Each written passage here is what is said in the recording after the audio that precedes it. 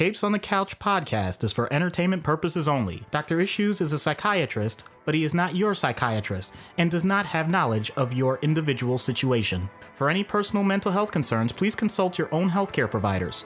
For medical emergencies, please call 911 or the designated number in your area immediately.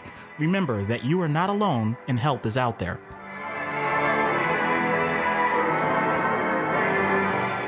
Hello and welcome to Capes on the Couch, where comics get counseling. I'm Anthony Sitko. And I'm Dr. Issues. This is issue 117. It's about Batman. No, just kidding. We are done with the Batman. Bat March is over. It was a lot of fun, but we're going for something way more lighthearted and much more upbeat.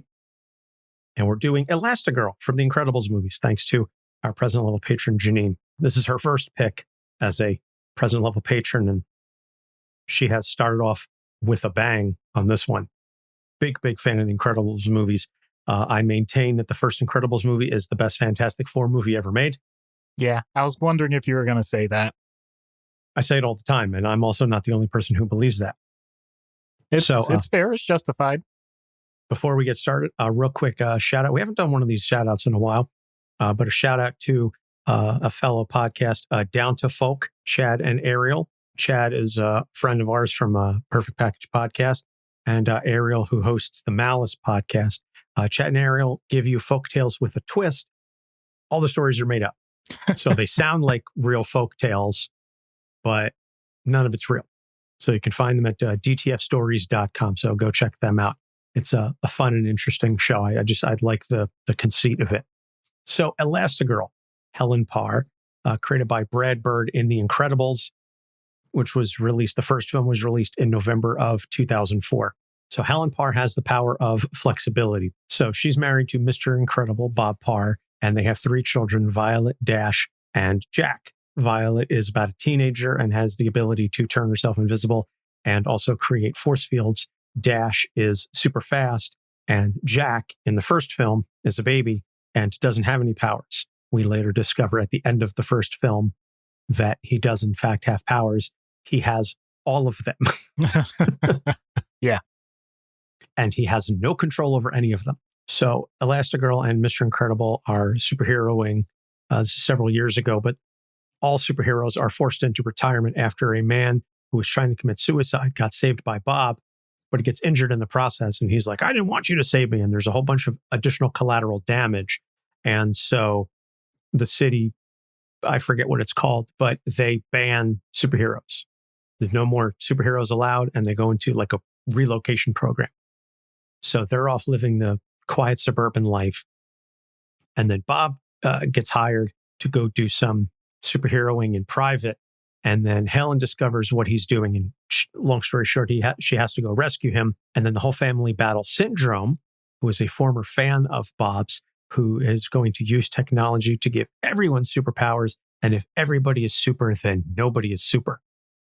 And so they defeat Syndrome and they come together as a family. That first Incredibles movie it's incredible. It is stunning. It is beautiful. It is incredibly well acted. It's just such a well-crafted story. In the sequel, which happens like very shortly after the first one ends, even though it was made like 15 years later, 2 wealthy business people, brother and sister, Winston and Evelyn Deavor, are using Helen as a public face for their company to get people to trust heroes again. So she's out saving the world. Bob is at home with the kids, and he's not entirely comfortable with this. Plus, he's struggling with Jack's nascent powers and doesn't really know how to handle the fact that one minute his kid is losing all corporeal ability, and then he's got laser shooting from his eyes, and then he's making copies of himself. This is really wearing on Bob. Helen encounters a screensaver who is using hypnotic imagery on TV screens to control people, and the screensaver turns out to be Evelyn, and she reveals that her father died from burglars while waiting for superheroes to show up. So she wants to destroy any credibility that superheroes have. Helen, of course, saves the day, captures Evelyn, and heroes remain legal. So there's 2 films, there's a couple of shorts and some video games and some additional time material, but it really comes down to just those 2 movies. So I apologize for spoiling the plot of Incredibles 1 and 2, but really, if you have Disney Plus, go watch them. they're just stellar films. Totally agreed. No reason for me to even interrupt anything you were saying because watching them was amazing. Dare I say, incredible. My favorite scene from the first one, by the way, is the airplane scene where Helen is piloting with the kids in the back of the plane and she's trying to evade missiles. It's a very harrowing scene. And Holly Hunter plays Elastigirl and she just knocks it out of the park. She's got the right mix of sass and control and vulnerability. And it's just, she plays Elastigirl just so super well. And Craig T. Nelson is Bob. And it's just, there's no huge names, but they got actors to play these parts. And so I appreciate that. So that's the background. So let's just dive right into the issues then. And so the first thing is being a spouse while being super. And this is something that we've touched on a little bit with certain characters, but the idea, and I think we did it a lot with Mr. Miracle when we were talking about Scott Free, but being one half of a superhero couple is a very interesting position to be in because a lot of times the hero's concerned for their safety. They're also concerned about their loved ones. You have Peter Parker with MJ, et cetera. And the whole notion of, oh, my loved one could get hurt. It's a little different when your significant other, when your spouse has powers. So I don't want to take away everything that you're about to say, but it's a different vibe, I would think. Well, there's a term that's come to light that people have heard over the years. It's the power couple. So that can be in so many different realms, though. I know for the sake of this, we're talking superpowers, but it could be two people that are incredibly high earners. It can be two people that have high notoriety. It can be two people that simply in their particular fields, maybe they share the same field and they're both prominent names, whatever combination you want to put at that. That dynamic then becomes a situation where, let's be honest, if we're talking finances, you could do just about anything you want. The problem is you still can't do everything. And there's no such thing as being perfectly equal and perfectly even all of the time. So these movies show that pretty well, where in the first movie, Bob is really tapping into what they were known for and saying, legal stuff be damned, this is who I am, and I need to make sure I keep doing this. Helen, meanwhile, has definitely grabbed that mantle saying, I have other things that are really important to both of us, and I'm going to go ahead and take that on, and we'll get to that in the next issue. But the point is, I'm willing to sacrifice that, even if she didn't knowingly know that's what she was sacrificing. She thought she was sacrificing for his day job. But the point still stands. The idea of someone, quote unquote, being the stereotypical provider while he's pretty much doing what he wants to fulfill himself. And as a spouse, there's some opportunities for grudges to be built or some sort of resentment, but also maybe that person wanted the relief and says, thank goodness this person is doing this so that I can focus on other things. So it can work both ways. I don't want to pretend and say that it's one way or the other. And then in the second movie, it gets totally flipped around. So there's some transition that happens there where let's bring this back to our reality. If you have, let's say, been a stay-at-home parent and then you're going back into the workforce, either by choice or by circumstance, that's not something that you just automatically, in the flip of a switch, are able to pick up instantly. Some people are able to do it more fluidly than others. And I know the movie itself doesn't quite dwell on that as much as it could have because it has to keep the story going. But that also can totally flip the script on that previously mentioned resentment or relief or whatever it is. In this case, Bob is really struggling, and that's going to lead to potential conflict. All of this to say that at some point, because you still are a couple, you're going to have conversations about this, and they're not always smooth. And so that leads to certain emotional reactions. It can lead to fighting, but it can also make things stronger. And not to give away the skit, but there are times in the movies where these things are more than hinted at. They're made sure they're brought to the forefront that these two are going to be able to do things incredibly well together. No pun intended with the incredible line. But it's not always going to be just this perfect mix. So if you're in this type of dynamic and, like I said, you have the opportunity to do anything, don't start to neglect the fact that if you're not careful, you're going to end up doing nothing. Wow. Very powerful words. It's funny. I was going to chime in and I had some ideas as to potential power couples that I could have thought of. And I was just like, oh, maybe it could be Jay-Z and Beyonce were the first ones that sort of, came to my mind. But I do think it's a situation where you have to keep in mind that the point of a couple is to make yourselves and each other better.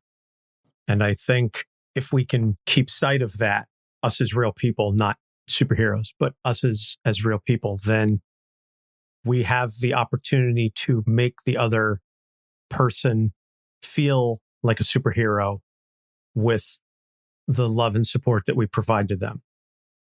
And I'm speaking from experience, and I'm fairly certain you are as well. When your spouse is behind you and they're backing you up on stuff, you feel like you can do anything, and it's such a wonderful feeling to know that, I've got this person in my corner no matter what, come hell or high water, richer for poorer, all that stuff. That can make you feel like a superhero. And we should all strive to find the person who makes us feel super. So wise words, or as wise as I can be, from a married man. So the next thing is related to that, being a spouse while being super, and that's being a parent while being super. Now, again, a lot of characters that we've covered that have children, the children themselves are normal or theoretically normal. In this case, again, Helen and Bob are working as a superhero team with their superpowered kids, Jack notwithstanding. But the whole point of the first movie is that Helen and Bob are trying to keep Violet and Dash safe. And the kids are like, no, we have powers. We want to be able to help you. And it's that very paternal instinct of saying, I don't care what your powers are. I am your mother. I am your father. I don't want you getting hurt. And I think it almost would be worse or harder if your kids do have powers, because it's one thing, because then you get that idea that, they're going to go out and do something. They're going to feel stronger than they actually are. They're not ready, etc. And that does play out through a large portion of the two films. But, Doc, I'll let you sort of expound upon that. Well, it's interesting that you had mentioned in the first issue that you had some ideas of power couples and things like that. This particular issue, I was thinking of a wide range of potential situations that involve, let's say, children having opportunities that they wouldn't otherwise because of their parents, but at the same time, recognizing that they may need some further guidance and deal with situations that much of the rest of the population may not even relate to. So if anybody has the whole hashtag Free Britney thing on their mind, or you can go back historically and think about the Rockefellers or any of the other, famous moguls that ended up having long lineages that somehow kept things going in private without blowing everything up.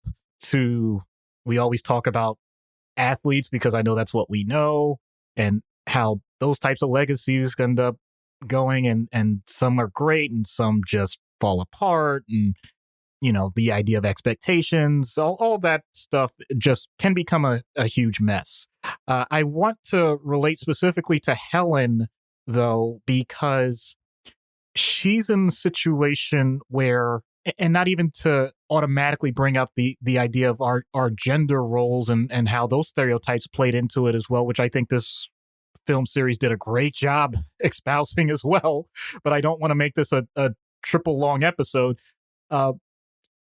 She clearly jumps in with the idea of firsthand, I'm recognizing that what these kids are going through is similar enough to what I may have experienced that they don't have to fall flat on their face.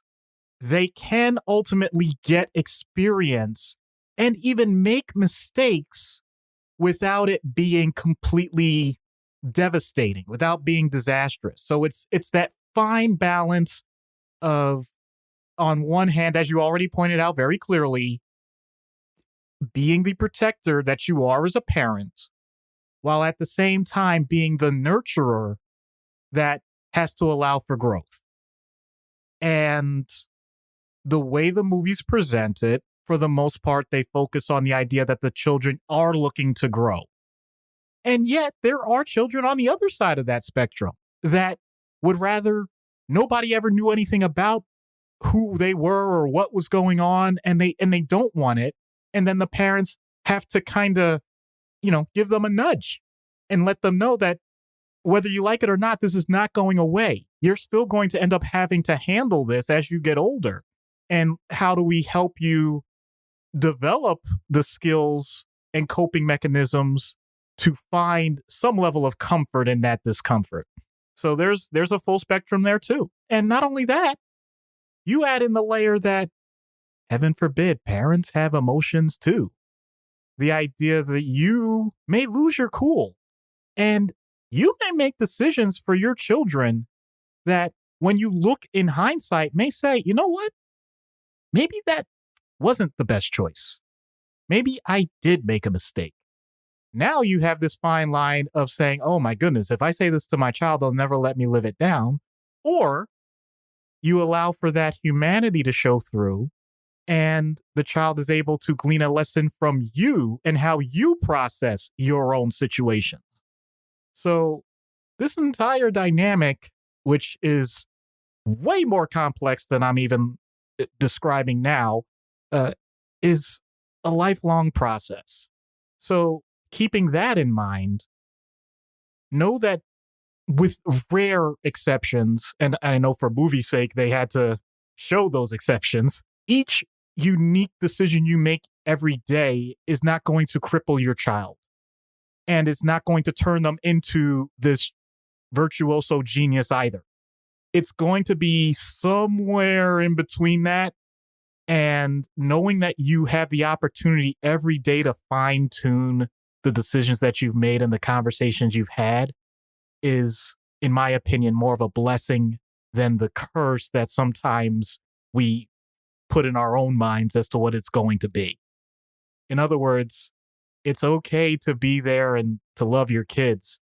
Just be careful that you don't hover so close that helicoptering becomes a lawnmower.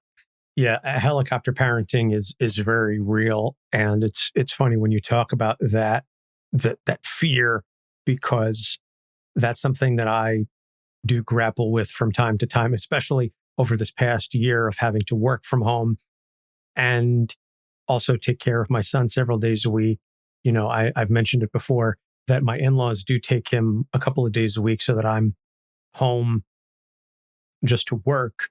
But on the days where I do have him, and if I have a meeting and there's days where he just wants a ton of engagement and I literally do not have the time and ability to give to him, and it kills me inside. It truly does.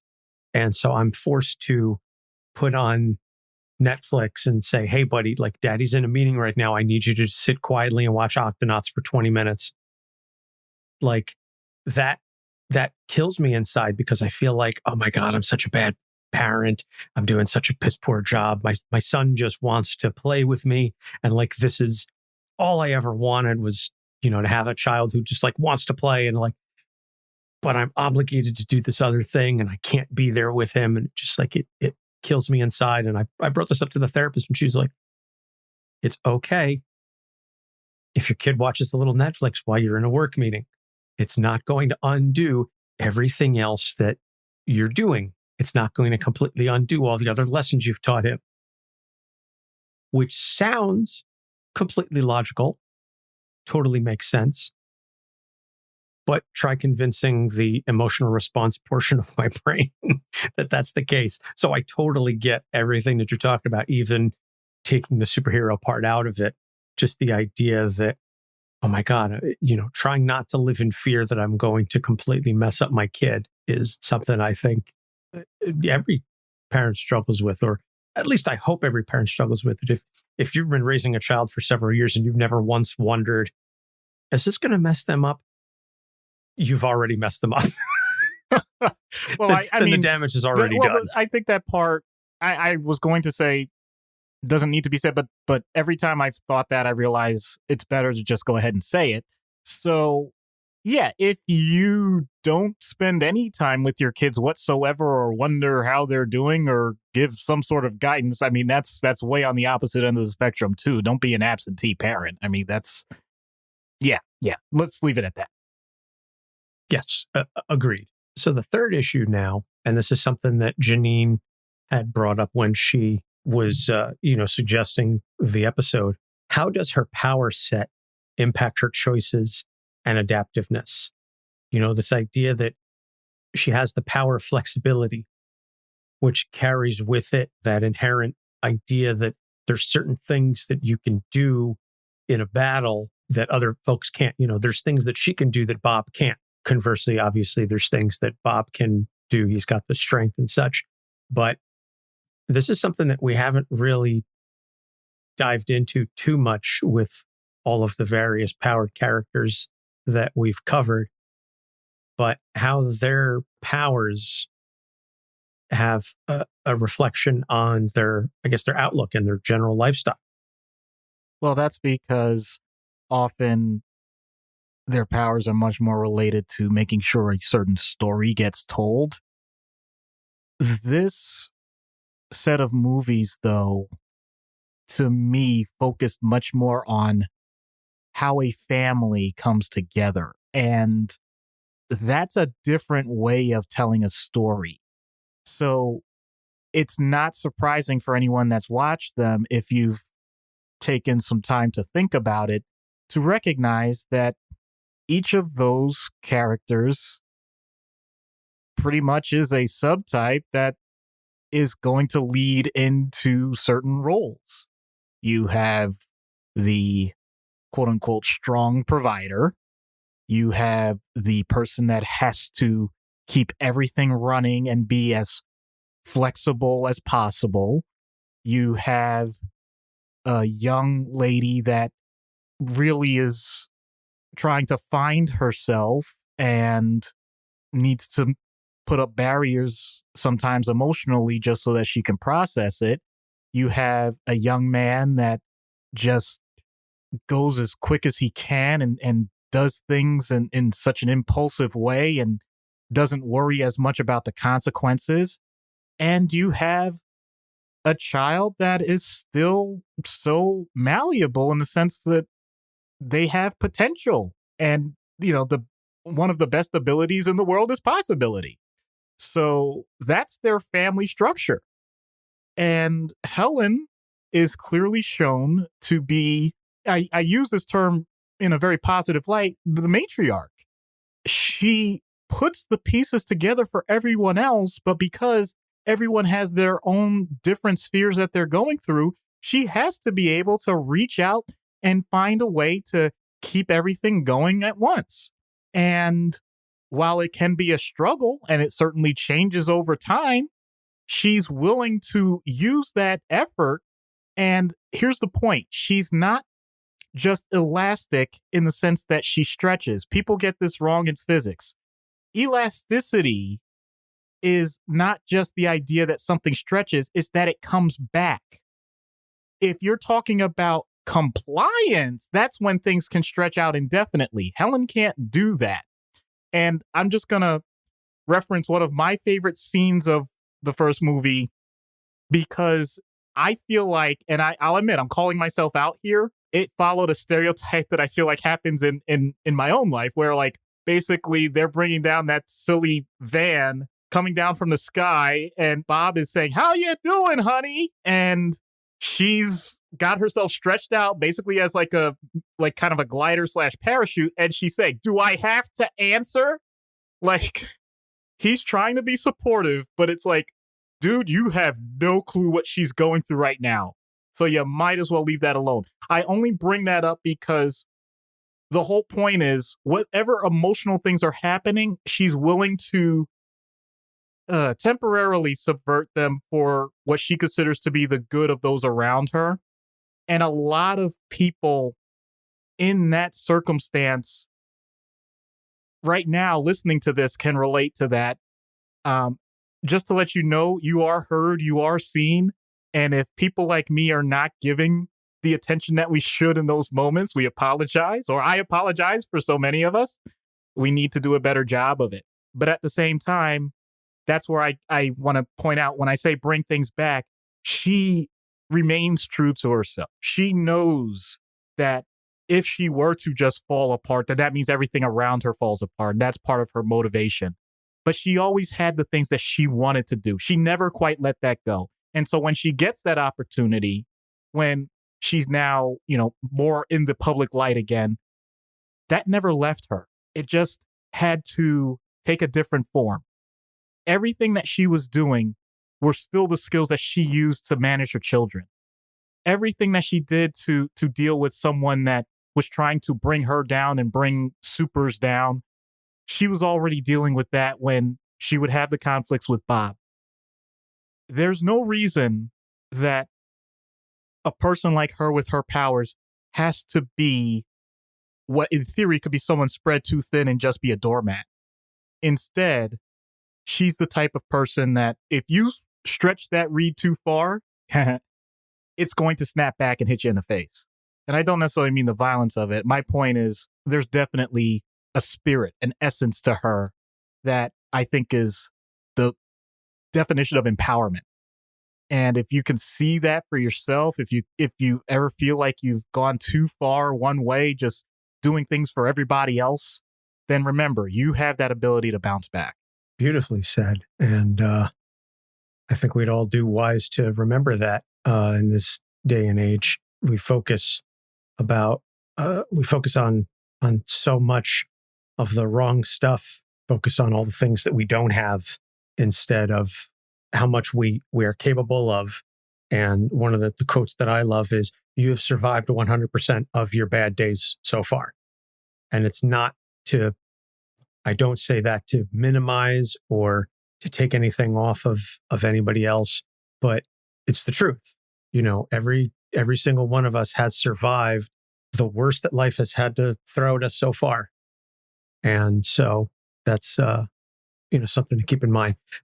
A last bit that I want to throw in, because it just occurred to me, and it's an issue that is not on our sheet, but I think would be an interesting topic, although I do hesitate to bring it up as two men to a certain extent, is this idea of body image and body acceptance. The fact that she has, this ability to sort of make herself look the way that she wants and can change her shape, but she's still, you can tell, at least certainly in the first movie, there's the one shot where she turns around and she looks at her butt and she just kind of has like It's very interesting that despite the fact that she has the ability to literally make her body look like whatever it is that she wants it to look like, she still struggles with that body image, and she's drawn and animated in such a way that she has what are known as like the Hartman hips, where she's like very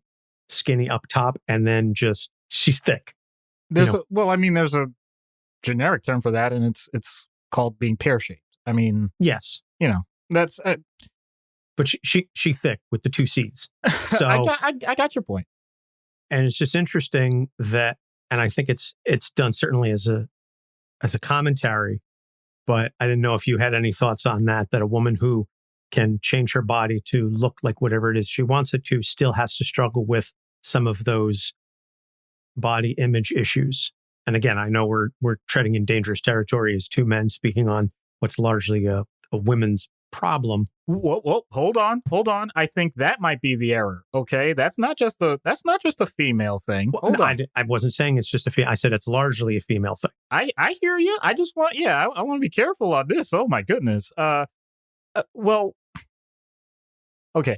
I'll admit it may not be my place to comment on how any one woman would feel about her body or things like that. So what I'm going to do, since you brought this up, is comment on what I was viewing in that movie as people's realization of how their body changes as they age.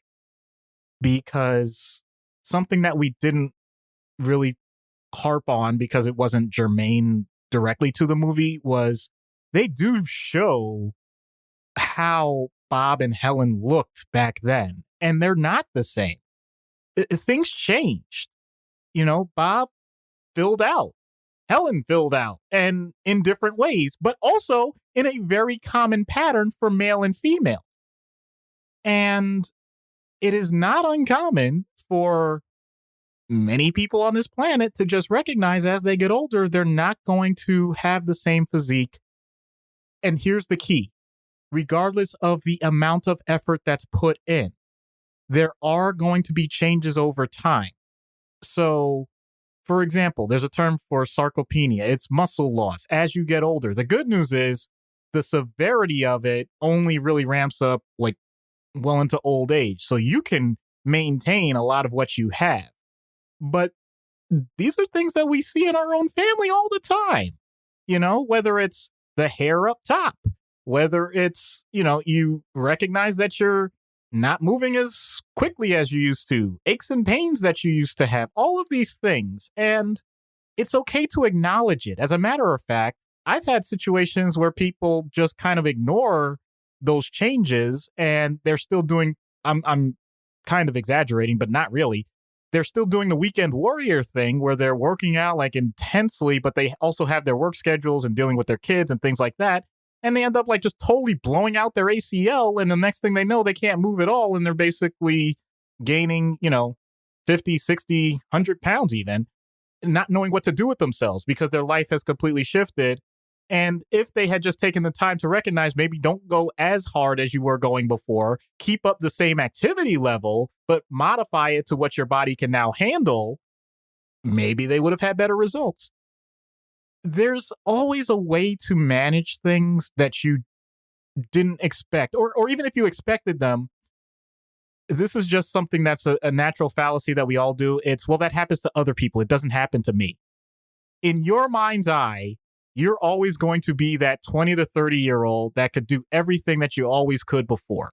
And people are always going to view you that way. And the first time someone doesn't, and you don't expect it, it can be a little damaging to your ego if that's not what you're used to. And the idea that you have to adapt your expectations for yourself, let alone the expectations of others, can be a big deal. So with Helen, when she's looking at herself, I didn't write the movie, so I wouldn't dare tread on what a writer is trying to do. But on one hand, yes, it's, oh man, that's how I look now. But it's also, this is what I'm still working with. And so there is that other side to it. Like, you know what? No matter what, there is a part of me that's still there that I still got.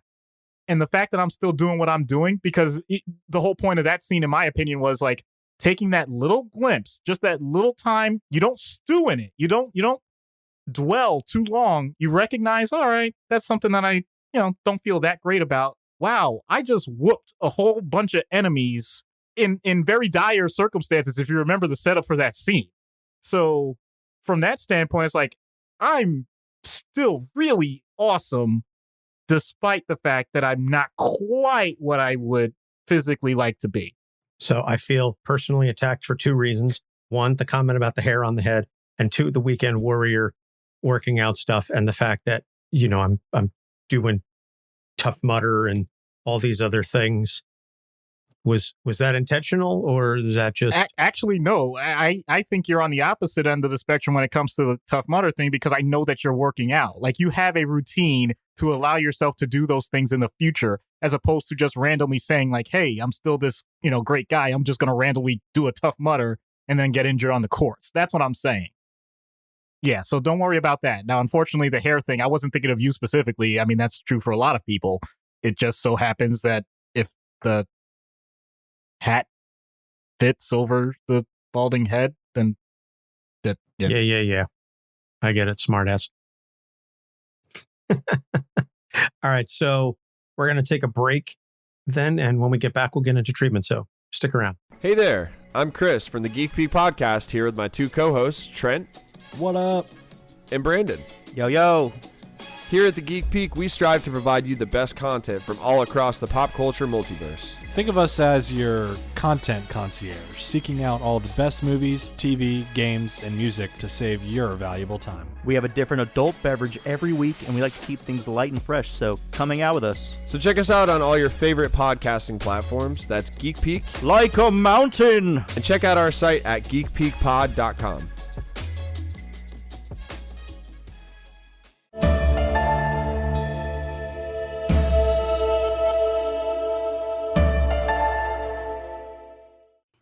Everybody has a story, and not all of those stories are clear black and white issues, even when we think they are. We wonder, how did this happen? Or what is that like? Or what happens next? Are you sure you really want to know? This is Ignorance Was Bliss at IWB Podcast. Hi, this is Al Ewing, and you're listening to Capes on the Couch. And we're back. So treatment in universe for Elastigirl, Helen Parr. I think I could set up some sort of secret base that allows for, let's just say, any super that wants a one-on-one session would have it available to them completely anonymously. It would be in an undisclosed location. It would have to be underwater. I'm sorry. I'll just try to create my own cool layer in the Incredibles universe. I just think that would be an amazing thing. The idea that you need something different for her in universe versus out of universe, I think is going to be kind of boring, to be honest with you. The things that she's dealing with are pretty direct. I think the only thing I would need to do is to find some way to verify that I am not just the next villain in Incredibles 3. You could picture that after what they've been through in the first two movies, that they're going to be pretty wary of anybody that's trying to offer them some sort of assistance or service and just say that it's for their own benefit. So I think that would be the biggest hurdle, which is why I know I tongue in cheek saying I want my own separate layer or things like that. But I think just hanging my shingle saying, hey, I want to treat you is pretty much asking for her to knock me out cold. Fair. I do also think the idea of you having your own lair for the Incredibles universe or whatever reason is totally badass. But that being said, then what are your suggestions for out of universe then? So we've talked about the idea of power couples, but it doesn't even have to be that. It's just the idea that in this case, you have Helen, who is a incredibly strong, talented woman who is navigating her personal family life along with a incredibly dynamic work life where it fluctuates from being stay at home to picking up your career at various points, making sure that her marriage stays together, making sure she's providing for her kids while still getting her own fulfillment and putting all of that together. So some of you may be thinking, well, Doc, that's just about everybody on the planet that has a family. Yes, that's the truth. There's really no secret there. And in that sense, it becomes more a matter of what do you prioritize?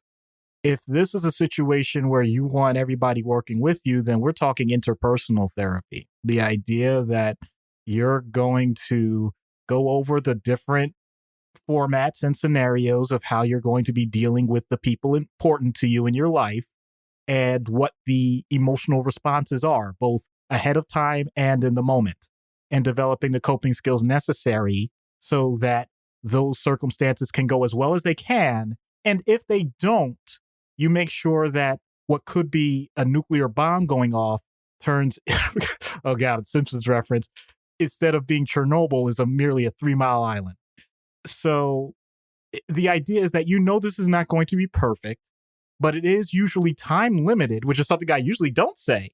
Interpersonal therapy is usually a matter of a few weeks in terms of dealing with the different scenarios. And if you need to reset for a new circumstance, either you got a new job, or your husband got let go of his job, or your kids are now ready to go to college, or whatever they are, you're dealing with those major life events and coming up with a decent game plan rather than the minutia of, okay, this is exactly the mood that you should be in, or this is why you feel this way based on your childhood, and all these things. They're all important. I'm not downplaying them, but there's a certain level of practicality when you're in day-to-day life that sometimes gets lost with the idea that you need a specific therapy. That's why interpersonal can work so well, as opposed to things like psychodynamic Freudian things, or even my favorite, which is the one I had the most training in, with CBT. I may not be going that route if it's not necessarily to dig that deep into certain things. If you're not, for example, dealing with a specified anxiety, but you're dealing with anxiety as a whole because your stress level is high based on the demands that you have in these different spheres of your life.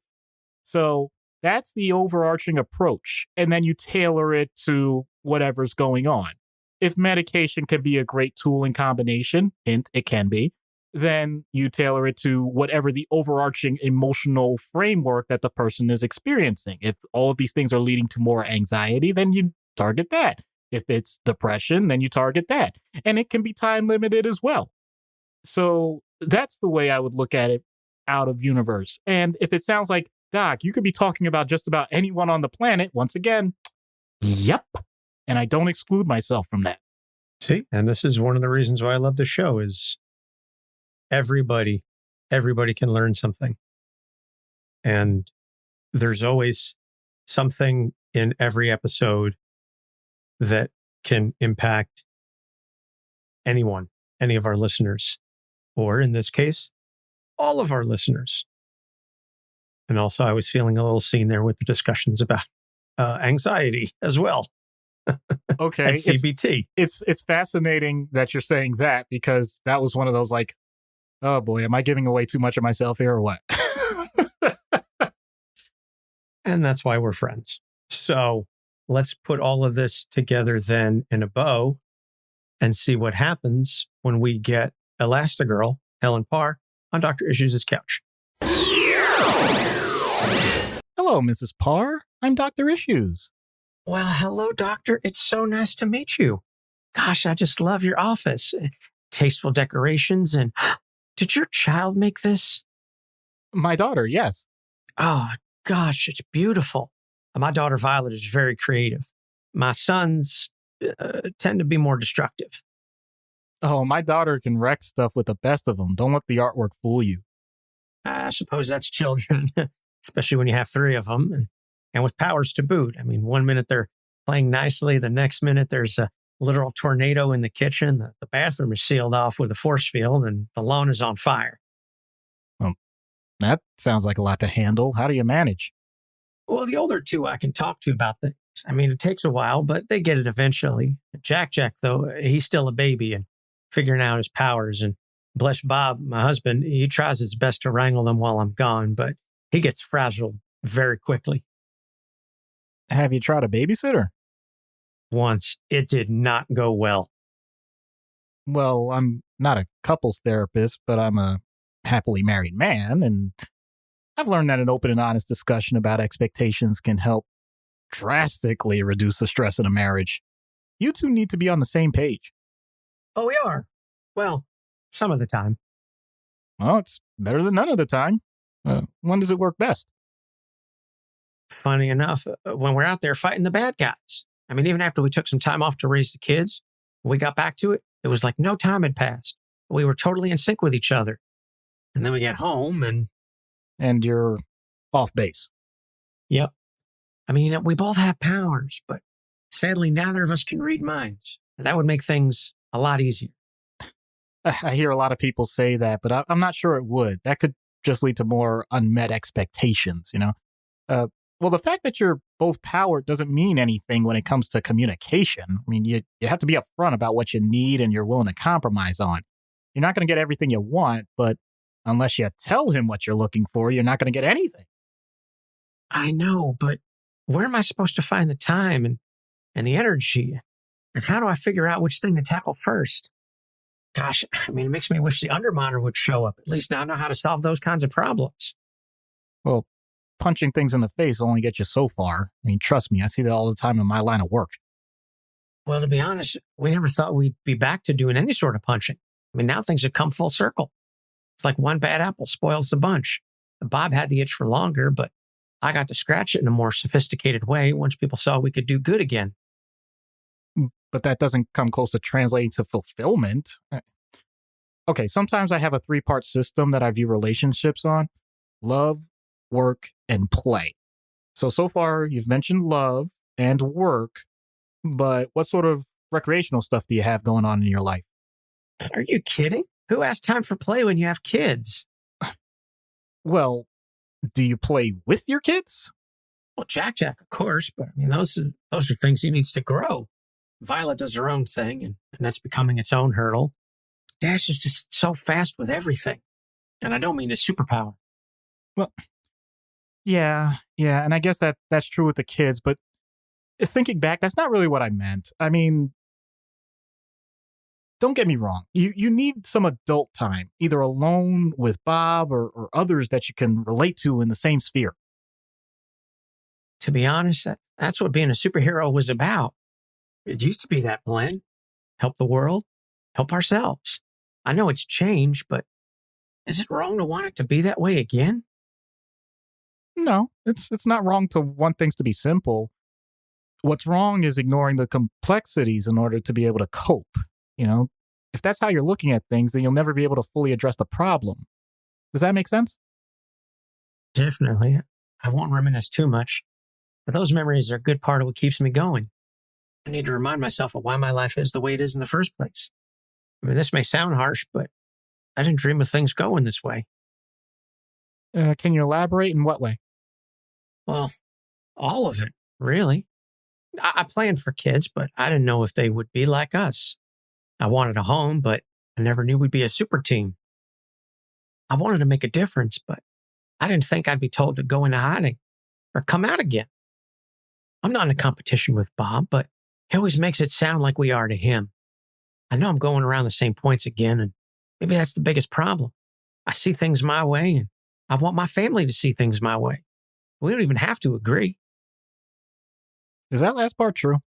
Of course it is. I'm not trying to be provocative.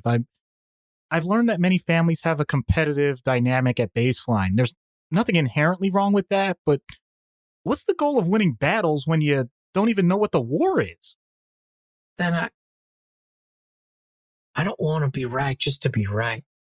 I want Bob and the kids to agree with me because they've realized that I want what's best for us. Maybe I haven't communicated that clearly enough. I can't force them to do what I want, and I don't want that either. Guess I'm just looking for a little more harmony, and I'm willing to take it however I can get it. Then you're going to need to visualize what you want and ask each of them what they want. And somehow put it all together into one congruent package. You know, something you built together is more likely to last than something you built separately and jammed together however you can. It sounds almost exactly like dealing with syndrome. Ding, ding, ding. We have a winner. Look, you get to mirror the construct of your hero team with your family life. You know, perhaps this even touches on the proper nerve about that whole nostalgia thing you got going too. And what if Bob doesn't buy it, though? What if Violet shuts down? What if Dash dashes? I think it's a lot to ask of people who don't think on this wavelength to just go along with this sort of thing, like everything is just peachy all the time. You're right. I don't make guarantees, you know, but just like you hinted at, you know, there's a reason Bob connected with you in the first place.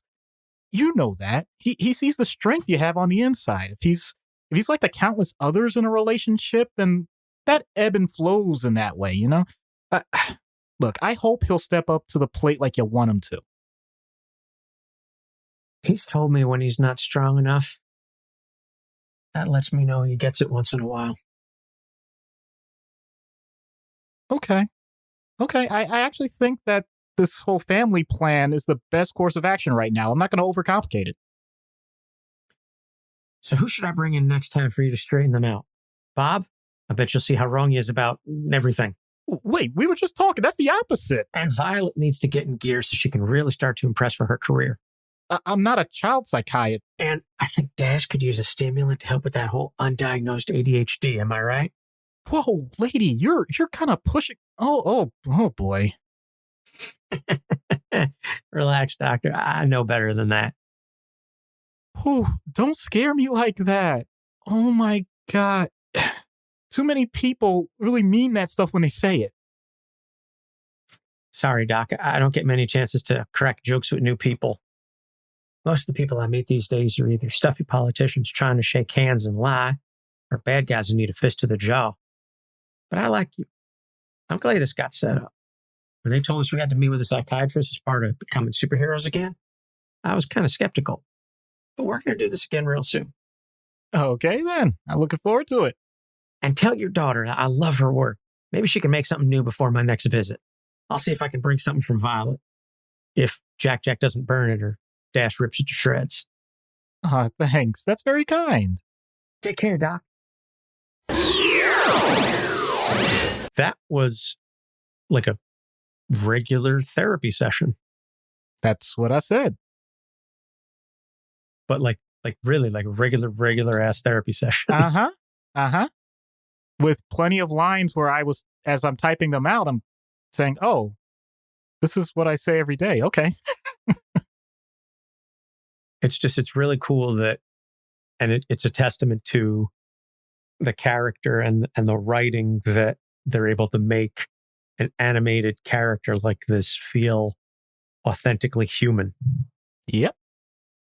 So very, very cool. And thank you, Janine, for picking this one. This was a lot of fun. So there's no recommended reading per se. Just if you have Disney Plus, go watch The Incredibles 1 and 2. They're awesome movies, especially that first one. So upcoming episodes. I know we just finished March, but Ariel has selected Black Mask. So we're going to get around to Roman. And then we're doing John Walker and Isaiah Bradley. John Walker to tie in with Falcon and Winter Soldier, and Isaiah Bradley is one of Ruby's many picks, which we're also doing to tie into Falcon and Winter Soldier. So it's going to be a cool couple of weeks coming up. And just a reminder that you can find all of our episodes on our website at capesonthecouch.com. We are on Facebook, Instagram, and Twitter at Capes on the Couch. And we are available on pretty much all of the major podcasting platforms. So if you are listening to us on a platform that allows you to like, rate, and subscribe, please do so, especially if you leave us a nice review. That helps grow us in the rankings and rating systems, both on Apple Podcasts and on Podchaser. And so I think that's just about going to wrap it up. Doc, you got anything you want to add? Just remember, you don't have to be Elastigirl and stretch yourself too thin just to keep your life on par. Boom! For Doc Issues, I'm Anthony Sitko. Thanks for listening. We'll see you next week. Capes on the Couch podcast is for entertainment purposes only. Dr. Issues is a psychiatrist, but he is not your psychiatrist and does not have knowledge of your individual situation. For any personal mental health concerns, please consult your own healthcare providers. For medical emergencies, please call 911 or the designated number in your area immediately. Remember that you are not alone and help is out there.